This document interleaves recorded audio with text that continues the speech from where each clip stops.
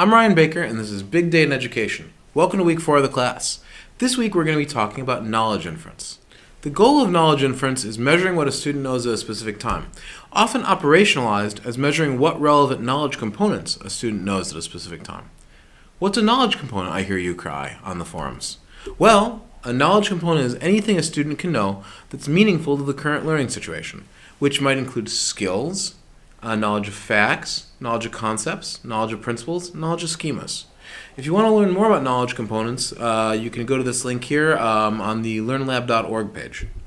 Basically, anything a student can know can be a knowledge component. Knowledge inference, it's worth mentioning by the way, is also called latent knowledge estimation sometimes.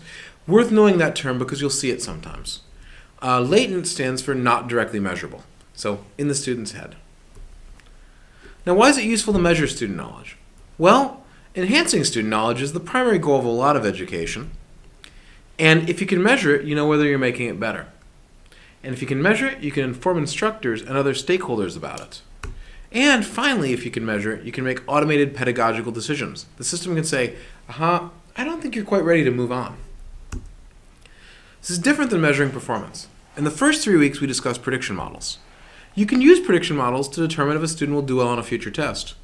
And you can use prediction models to infer if a student's performance right now is associated with successfully demonstrating a skill.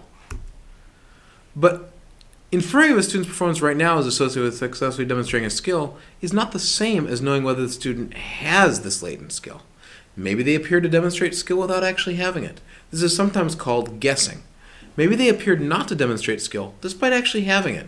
This is sometimes called slipping. So how do we get at latent knowledge? You know, we can't measure it directly. It's latent. We can't look directly into the brain. Yet.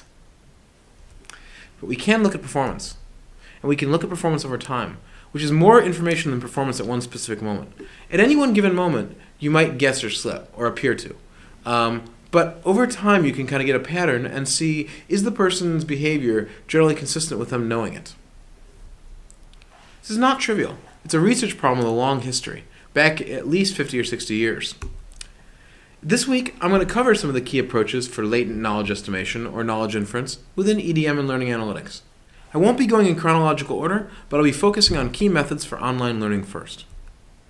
In your assignment, you're going to try out 2 ways of creating Bayesian knowledge tracing models, which is a popular algorithm for knowledge inference, maybe the most popular and certainly the standard at the moment. So next up, in our next lecture, we're going to go right into what is Bayesian knowledge tracing, how do you use it. I'm Ryan Baker, this is Big Data Education. Thank you very much.